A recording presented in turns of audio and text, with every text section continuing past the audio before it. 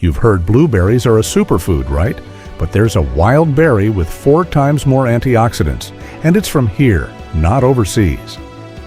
By the 1970s, most farmers stopped growing it, and even today, 99% of people haven't even tasted it. What happened to this fruit that could fight heart disease, diabetes, and inflammation? Let's see why it's being erased from history. Most people have never heard of it, yet it's one of the most nutrient-dense fruits ever recorded in USDA databases. Aronia berry, also called chokeberry, was once a staple among native tribes like the Potawatomi, Iroquois, and Cherokee. Now, virtually extinct in modern diets. So why did it disappear? Aronia berries were more than food. Tribes sun-dried them for pemmican, an ultra-calorie survival mix of meat, tallow, and berries. Hunters carried it for days without spoiling. The fruit wasn't sweet, but it was reliable. Packed with vitamin C, polyphenols, and disease-fighting flavonoids, it supported immune health through brutal winters. A USDA lab test gave Aronia berries an ORAC score over 16,000. For context, that's more than 3 times the antioxidant power of blueberries, one of today's most celebrated superfoods. But you rarely hear anyone talk about it. Why? In tribal medicine, Aronia was called the healing fruit. It helped with fever, inflammation, even heart trouble. Modern science backs it. A 2020 USDA study ranked it number 1 in polyphenol content, above 275 tested foods. But you won't find it in most grocery stores. And when was the last time a smoothie bar offered chokeberry as a topping? Something happened that forced it into the shadows. And once we look at what replaced it, the real story begins. Because the berry we praise today as super may have quietly erased the one that was stronger all along. So how do Aronia and blueberries really compare in a head-to-head fight? In 2020, the USDA tested 276 common foods for polyphenol content. Aronia berries ranked number 1.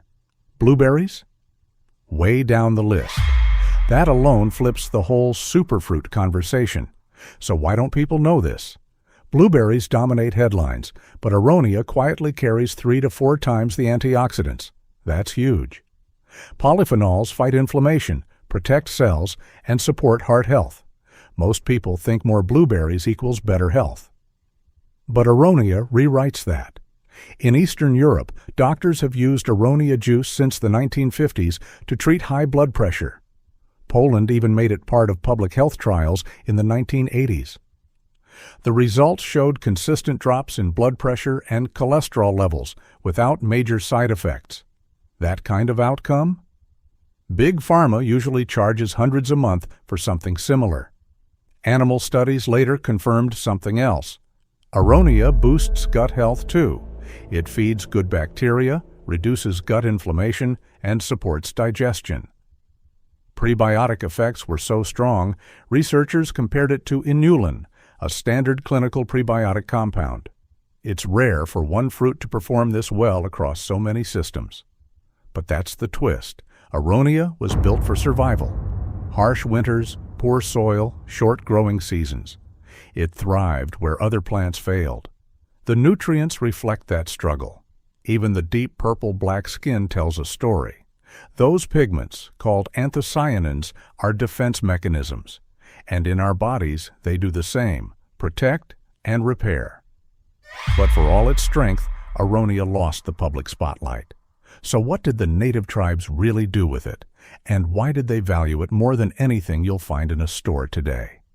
Centuries before anyone measured antioxidants in a lab, native tribes across North America had already chosen Aronia as a survival staple.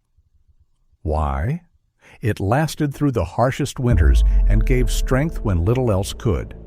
The Plains tribes, like the Lakota and the Mandan, dried Aronia berries under the sun and packed them into pemmican, a dense, high-calorie mix of dried meat, fat, and fruit. Hunters carried it for weeks. No sugar, no preservatives, just raw survival. It fueled long hunts, migrations, and even war expeditions. The Cherokee called it a healing berry. Medicine men used the juice for fever, colds, and digestive issues.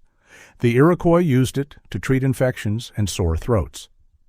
And the Potawatomi, they believed Aronia could bring balance to the body and spirit during times of stress. There's a reason the elders considered it sacred. One oral tradition from the northern Cheyenne tells of winter starvation in 1839. A grandmother fed her grandchildren a mix of bison tallow and Aronia paste, scraped from a hide she'd hidden for emergencies. That kept them alive until spring. So it wasn't just food, it was a memory, resilience, a bridge to the ancestors. But things changed fast. When railroads cut across tribal lands in the late 1800s, so did industrial crops. Corn and wheat replaced native berries. And when boarding schools opened, young native kids were punished for speaking their language, let alone eating ancestral foods. So what pushed Aronia to vanish completely by the 1950s, and who made those choices that erased an entire food system from public memory? That part of the story connects to bitter roots, lost policies, and a war on anything that didn't fit the industrial model. One of those reasons started with flavor and ended with profit margins. By 1954, most Americans had never even heard of Aronia. But just 70 years earlier, it was still a staple in native kitchens, medicine bundles, and survival gear. So how did it vanish almost overnight? It started with the rise of industrial farming. After World War II, U.S. agriculture shifted fast. Bigger farms, faster harvests, and crops that could survive cross-country shipping. Aronia berries didn't stand a chance. They bruised too easily. They tasted too bitter. No shelf life, no profit. In 1948, the USDA approved heavy subsidies for commercial blueberry farms. Meanwhile, no money went to Aronia. It wasn't in the system. If you were a grower in Iowa or Nebraska, your best bet was to rip out the native plants and plant what sold. But it ran deeper than economics. Boarding schools, built to erase native identity, banned traditional foods. Children were taught to eat white bread, canned meat, and processed sugar. By the 1960s, fewer than 3% of native families kept seed knowledge alive. Even fewer had access to ancestral land. A single Aronia bush could feed a family through winter, but federal relocation programs pushed entire tribes into urban centers where wild foods became memories. No soil, no time, no space. So the fruit didn't just vanish from the market, it was erased from the culture on purpose. That's the part history books leave out. By the 1980s, you could walk into any grocery store and see rows of blueberries, all carefully selected to taste sweet and grow fast. But Aronia? Nearly extinct in its native homeland. So what changed in the 2000s that made scientists suddenly reverse course and call Aronia a superfruit, one that could fight cancer, lower blood pressure, and survive climate shifts? By 2004, researchers had a problem they couldn't ignore. Blood pressure cases in the U.S. had tripled since the 1980s, and doctors kept asking why certain Eastern European countries had far better outcomes. That single question sent labs searching through food records, and Aronia showed up again like a missing file no one expected. Have you ever noticed how one overlooked detail can flip a whole story? Polish scientists found old Soviet-era studies from the 1970s claiming Aronia extract slowed tumor growth in lab rats. The data looked rough, handwritten, and half-stamped. But the numbers were too strong to ignore, so Iowa State researchers repeated the trials in 2004. Their results matched. In some tests, Aronia cut inflammation by more than 40%. However, the surprise came from its ORAC score. Blueberries average around 4,600. Aronia hit over 16,000. That gap raised eyebrows fast. Why would a fruit stronger than blueberries vanish from American farms? Then came the diabetes link. A 2008 clinical study from the Bulgarian Academy of Sciences tracked 35 adults with type 2 diabetes. After 90 days of Aronia juice, average fasting glucose dropped from 193 milligrams per deciliter to around 160. Small sample size, yes, but the change sparked bigger trials across Europe. So interest spread to the Plains states. Iowa, Nebraska, and Wisconsin saw small Aronia farms pop up around 2010. Growers believed this fruit could become the next cranberry. Some even planted 20-acre blocks, expecting national demand. But grocery chains showed zero interest. They said the flavor wasn't market-ready, and by 2016, many farms went bankrupt. Bitter flavor, short shelf life, and a market stacked against unfamiliar fruit pushed the comeback into a ditch. So who stepped in next and tried turning Aronia into a cultural revival project, even though they faced land restrictions, seed fights, and federal rules that limited tribal crop growth? By 2011, the number of Aronia farms in Iowa that sold through wholesale contracts sat under 20. Meanwhile, processing plants preferred blueberries for predictable sweetness. Ever wondered why a superfruit struggled to find markets? The federal system plays a heavy hand. Aronia doesn't qualify for mainstream USDA specialty fruit subsidies because it lacks a defined commodity status. Therefore, when tribal growers search for land-grant grants or crop insurance, Aronia often falls through the cracks. One Iowa Department of Agriculture report states that in 2015, only 34% of Aronia growers sold directly to consumers, compared with 50% or more for other berries.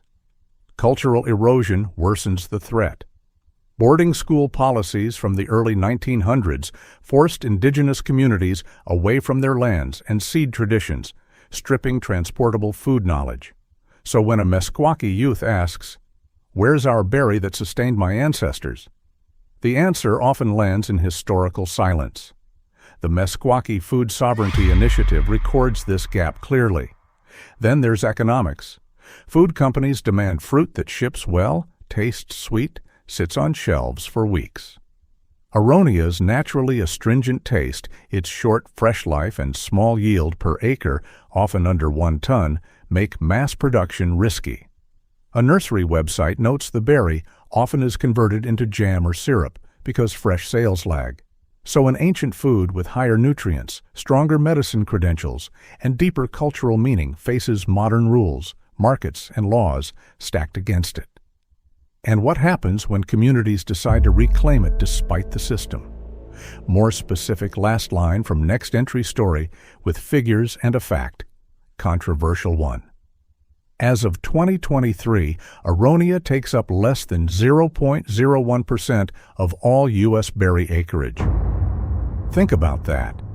A fruit once used in survival foods, sacred ceremonies, and early medicine is now reduced to a footnote, but a few groups haven't given up. Start with the Meskwaki Nation in Iowa. In 2012, they launched their food sovereignty project with a clear goal: grow native, climate-resilient crops on their own land again. Aronia was one of the first berries planted. Why? Because it's tough. It survives frost, heat, even poor soil. And the elders remembered it. Their project runs without subsidies, without big grants, and mostly outside the media spotlight. Still, it grew, row by row, seed by seed. By 2018, they were harvesting enough to make community syrups and dried fruit for winter storage. A food that had disappeared from shelves was back in tribal pantries. But they're not alone. Small tribal gardens in Wisconsin, Montana, and South Dakota are experimenting too. Some use saved seed. Others rely on wild Aronia patches that still cling to creek beds and forgotten hedgerows. Every new sprout is a quiet act of resistance, farming without permission, reclaiming knowledge that was meant to be erased. In 2020, a joint project between a native seed co-op and a Kansas university cataloged over 40 native fruit varieties, including Aronia, with plans to distribute seed to 200 tribal growers. The goal: reboot the original food web, one berry at a time. That said, what happens when tribal communities ask for USDA backing or seed rights and instead face legal silence, expired permits, or missing genetic data? A shocking detail. In one state, the entire Aronia seed strain used by native farms came from a single plant traced to a European patent. The U.S. spends over $260 billion a year treating chronic diseases. But what if one forgotten berry could help shift that curve in tribal communities hit hardest? Aronia isn't just tough, it's medicinal. For tribes like the Lakota, Navajo, and Anishinaabe, chronic illness skyrocketed after their traditional food systems were broken apart. Today, Native communities face diabetes rates more than twice the national average. That's not genetics, it's disconnection. So, what if the land held part of the solution? In 2017, researchers at the University of Illinois studied Aronia's effect on blood sugar control. The results were striking: a 15% reduction in glucose spikes in just 8 weeks of extract use. No pharma pills, no corporate label, just concentrated wild berries. That same year, a community clinic in Nebraska began testing Aronia drinks in diabetic diets among local Native elders. After 3 months, several participants reduced insulin dependence. One elder said, "It's what we used to eat before the canned food came." You could feel the weight in his voice. But the benefits don't stop there. Aronia bushes survive floods, heat waves, and poor soil. Perfect for reservation lands damaged by drought or mining. A crop that asks for very little and gives back everything. Plus, it can be grown without chemical fertilizers, pesticides, or water-intensive systems. That means sustainable harvests and fewer supply chains to depend on. Yet the question is, who controls the seeds, the land, the right to grow? Without tribal seed banks and recognition of indigenous plant patents, even a berry as humble as Aronia risks being stolen. Again. In 2022, one biotech firm tried to patent a hybrid Aronia strain developed using DNA from wild native bushes without consent. There's more to this story and more native crops you've never heard of. Click the next video before it disappears. Another buried chapter of food history is waiting for you.